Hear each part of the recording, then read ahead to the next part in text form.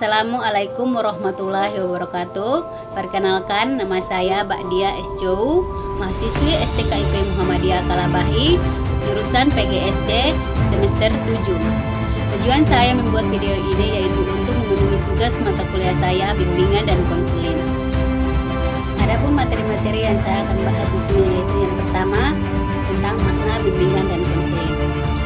Bimbingan adalah pemberian bantuan kepada individu atau kelompok yang membutuhkan bantuan untuk membantu seseorang mengatasi masalahnya atau menggali potensi yang dimilikinya. Sedangkan konseling adalah bantuan yang diberikan oleh konselor atau seorang ahli kepada konseli atau seorang klien secara langsung atau tatap muka dalam memecahkan masalah kehidupannya yang dilakukan oleh tenaga profesional yang dilakukan secara berkeseimbangan. Jadi, bimbingan konseling adalah serangkai kegiatan berupa bantuan yang dilakukan oleh seseorang tenaga ahli pada konseli atau klien dengan cara tatap muka, baik individu atau kelompok, untuk mengatasi permasalahan yang dialaminya dengan cara terus-menerus atau sistematis. Jadi, bimbingan itu bisa dilakukan oleh siapa saja, bisa teman dekat kita, guru kita, wali kelas, kepala sekolah, ayah, orang tua kita. Sedangkan konseling itu hanya bisa dilakukan oleh seorang ahli atau seorang yang sudah profesional. 2. Ciri-ciri bimbingan dan konseling. Adapun ciri-ciri bimbingan yang akan kita bahas di sini yaitu yang pertama, pelayanan bimbingan merupakan suatu proses. Yang dimaksud suatu proses di sini adalah pelayanan bimbingan itu dilakukan secara tahap menahap sampai seorang klien itu merasa puas atau menemukan titik terang dari apa yang dihadapi, masalah apa yang ia hadapi. Kedua yaitu bimbingan merupakan suatu proses pemberian bantuan non material seperti uang, hadiah, sumbangan dan lain-lain, melainkan bantuan yang bersifat menunjang bagi pengembangan pribadi bagi individu yang diimbang. Yang ketiga yaitu bantuan diberikan kepada individu baik perorangan maupun kelompok. Jadi, bimbingan itu bisa dilakukan secara individu atau kelompok sesuai dengan masalah yang ia hadapi. Yang keempat yaitu pemecahan masalah dalam bimbingan dilakukan oleh dan atas ketentuan klien itu sendiri. Yang kelima, bimbingan diberikan oleh orang-orang yang ahli, yaitu orang-orang yang memiliki kepribadian yang terpilih dan telah memperoleh pendidikan serta latihan yang memahami dalam bimbingan dan konseling. Jadi, bimbingan itu dilakukan oleh orang-orang yang ahli yang sudah menempuh pendidikan tertentu, yaitu pendidikan bimbingan dan konseling. Yang keenam yaitu bimbingan tidak hanya diberikan untuk kelompok-kelompok umur tertentu saja, tetapi meliputi semua usia, melainkan dari anak-anak, remaja dan orang dewasa. Jadi bimbingan itu tidak dibatasi oleh umur. Dan siapa saja yang memiliki masalah maka bisa mengkonsultasinya di orang-orang yang ahli. Yang ketujuh yaitu pembimbing tidak layak memaksa keinginan kepada klien sendiri, karena klien punya hak dan kewajiban untuk membentuk arah dan jalan hidupnya sendiri sepanjang dia tidak mencampuri urusan orang lain.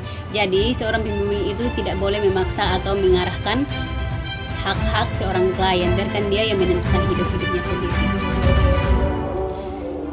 Yang ketiga yaitu perbedaan bimbingan dan konseling. Adapun perbedaan antara bimbingan dan konseling yang akan kita bahas di sini yaitu yang pertama,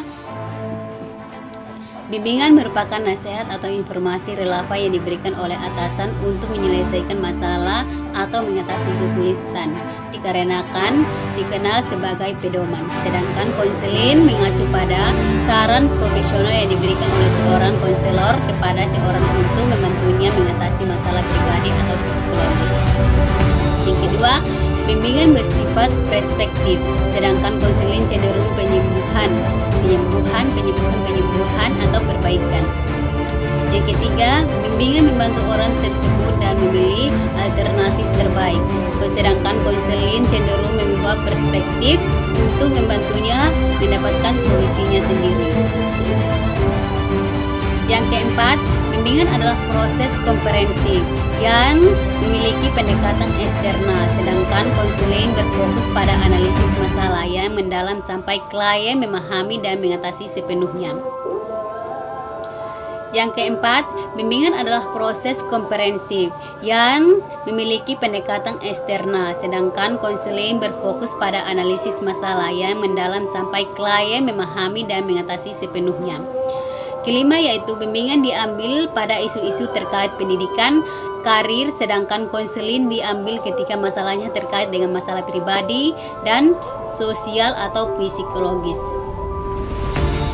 Yang keenam, bimbingan diberikan oleh seorang pemadu yang dapat menjadi orang yang unggul atau ahli dalam bidang tertentu.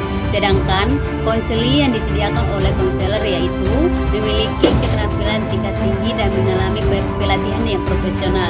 Jadi bimbingan itu dapat dilakukan oleh siapa saja. Tadi kita sudah bahas, bimbingan itu bisa dilakukan oleh orang tua, guru, teman kita. Sedangkan konseling itu hanya dapat dilakukan oleh orang-orang yang ahli atau orang-orang yang sudah profesional. Yang ketujuh yaitu bimbingan bisa terbuka dan tingkat privasinya kurang, sedangkan konseling itu menjaga dan mempertahankan rahasia kliennya. Jadi bimbingan itu bisa jadi apa yang kita ceritakan kepada teman-teman kita bisa dibuka atau pada saat kita terkena masalah, sedangkan konseling itu adalah rahasia yang hanya bisa diketahui oleh klien dan konselor. Yang kedelapan yaitu bimbingan dapat diberikan kepada individu atau kelompok, sedangkan konseling hanya bisa dilakukan oleh perorangan. Yang keempat yaitu alasan pentingnya pelayanan bimbingan konseling di sekolah atau madrasah. Adapun alasan pentingnya layanan bimbingan di sekolah, bimbingan konseling di sekolah atau madrasah antara lain yaitu yang pertama, stabilitas perkembangan fisik motorik peserta didik. Bimbingan dan konseling menjaga keseimbangan, stabilitas serta keseimbangan perkembangan fisik motorik peserta didik agar mereka dapat tumbuh sesuai dengan tugas perkembangannya secara normal dan seimbang. Yang kedua yaitu stabilitas perkembangan kognitif peserta didik. Peranan bimbingan dan konseling dalam perkembangan kognitif adalah memandu perkembangan kognitif peserta didik agar tidak terjebak pada pola pikir mistik yang rasional.